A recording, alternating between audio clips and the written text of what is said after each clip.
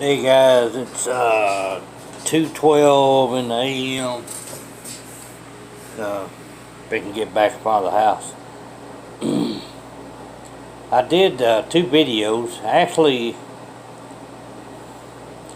I don't know. It's kind of crazy. Was this bad signal here? Like my light here. Pretty cool. That's a free one I got from Extreme Lights or whatever it is. Anyway, I did a video, Rattling On, I called it. And it was, I don't know what happened to it. It may pop up here in a little bit. It's crazy.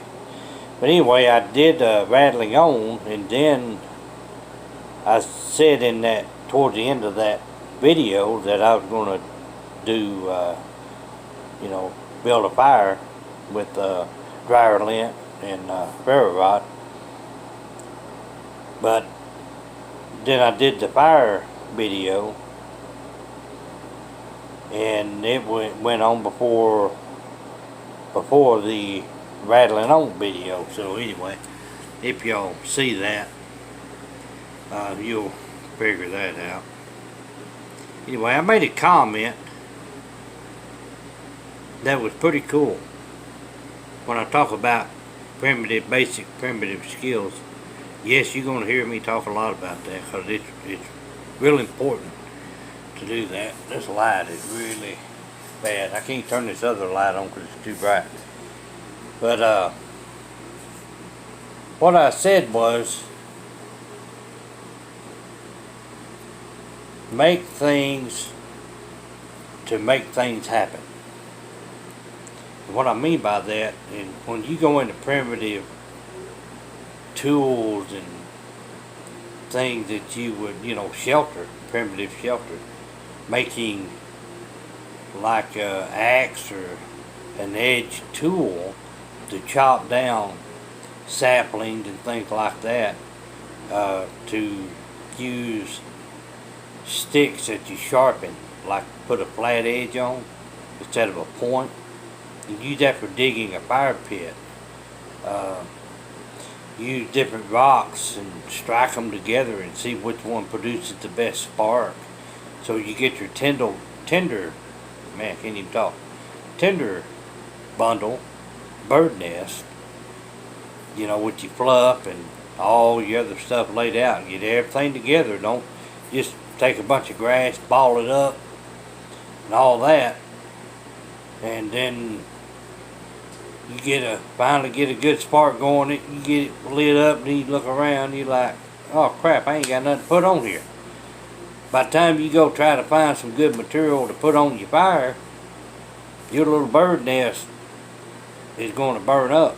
So you have to do it all over again. So you have to think. Have everything laid out. Have your bird nest, your fluff, everything in the area where you're going to have your fire. If the ground is wet, put down a bed. Use some more, dry wood or rocks or something, to make your bed to keep your fire off the ground as much as you can, because it will absorb that moisture from the ground. If you heat up something and it's wet, it's going to steam. And that's typically what happens when you have a wet ground. Like here, I did the fire video, and I really didn't have a whole lot of material to build a bed. And it'd been raining here pretty good for the last 2.5 days. Late at night, it comes storms and stuff like that. So I'm gonna take this off. This looks like something from Star Wars or something. Can you see me? But you gotta have something down to keep that fire away from that wet ground. And then as it does heat up on your bed, then it'll eventually dry out. Now, what I said was, have your starting material, your fluff and everything, have it where you're going to have your fire, Have your smaller stuff, your twigs and leaves and whatever other stuff that you have there to help accelerate that fire, maintain that fire that you start. A little bit bigger diameter, finger, thumb size. Okay. And then go up to bigger diameters. And don't pile it all on top of your bird nest. You'll smother it out and it'll die. And then you have to start over again. And that's real important if you do any kind of a friction fire. Because it's a lot of work to build a friction fire. You can do you rub your stick down the channel of your base. Or you do a bow drill fire. It's a lot of work. And one thing you do not want to have to do is do that again, because by the time you do it, depending on the conditions, you're going to be like wore out. And so primitive basics, primitive skills, do all that, but have your material ready if you build a fire. Have everything. When you think you got enough wood, you need to double, triple it up. Everybody, every video you watch will tell you the same thing. So always have more and more and more and more of what you think you need, and then you'll be okay. Main thing is get that fire going, get it hot, get some coals started. You got some wood, then you can either check out your resources, like I said, on Scout.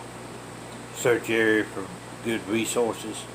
You can figure out, well, is it too late to build a little temporary shelter, or maybe I can find a way to get some fish, some game, something like that. So always back to the start of it. Make things happen. Make your tools, make your rock, sharp edge tool out of your rock. They make a weapon, make arrows. Indian tribe did that for many, many, many years. So you can make you an arrow. You can make you a hatchet out of a rock. Things like that. And it doesn't have to necessarily be flint. It can be some kind of I forget the name of it, but it's like a glassy rock, and you can try to flint now. Do that. I've done it. I'll tell you what, it'll test your patience, and so you need to really do that. Just practice it. You don't have to be an expert. But if you run into a situation and you have nothing but the clothes on your back, then no, it's not going to be naked and afraid, I hope. The one thing is C in Scout is calm. You got to remain calm. And how do we remain calm? By what we've learned before you got into the situation that you're in. And while you're doing the S and the search, looking around, you all this stuff gonna come back to you. I guarantee it'll come back to you. So you'll be calm and won't panic. So and then that'll help you with the O, overcome the fear and the chaos and everything going on, because you're a step ahead. You have learned some skills that will help you overcome. And then we go into U. Don't underestimate, because it will slap you in the face. Now I know we're doing a trek up in Tennessee in the mountains. It's before daughter was born, and got about there. And it was probably October. Yeah, it had to be. And that's usually when I went up there around that time. And typically I would just go out on my own or have somebody drop me off. somewhere down the road. It's outside of Squatchy, Tennessee. There's some old trails up in there, and I'm thinking those old coal mine trails, but it's pretty cool. And I was a lot younger then. I was like 17, 18 years old. And anyway, and it was good weather. I mean, it's clear skies. Wasn't cold. I mean, I had my layer of clothing on. But I'm gonna tell you what, I got up. I knew I did my hand deal, and where I could see the sun. And it's hard to do in the mountains because, you know, you can still tell where you're going to lose the sunlight by doing this. You could be on the side of a mountain, and then the sun will be up toward the top of another mountain way off. It may not be completely dark, but you can tell it's going to start getting dusk real quick. Anyway, I did that, and I had about 2 hours, and I always kept a Coleman dome tent with me. And a lot of times I never used it, but this time I tell you what, it got freaking cold. I don't know what temperature it was. I didn't have a thermometer with me, but it got cold. And when I was talking about socks and cutting the elastic part off the sock for a cap and stuff, I had to do that. And then I had to build a fire. It got cold, and then it started almost sleeting, but a snow. And yeah, that caught me off guard. Now I got a pack and everything. I'm good. But it can happen that quick, so you gotta be prepared. So I threw up my tent, got up in there. I had a wool blanket, had all my layer of clothing on. That's all I had. I put that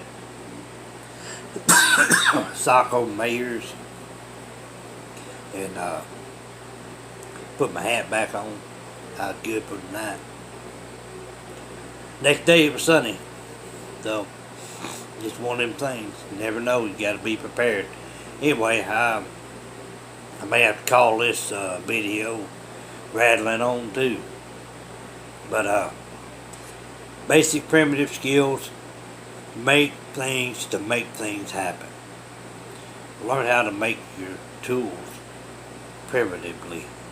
So anyway, I got to get back to work. It's 2:25 in the morning, and I got to get back to work. Always learn something new. Thank you.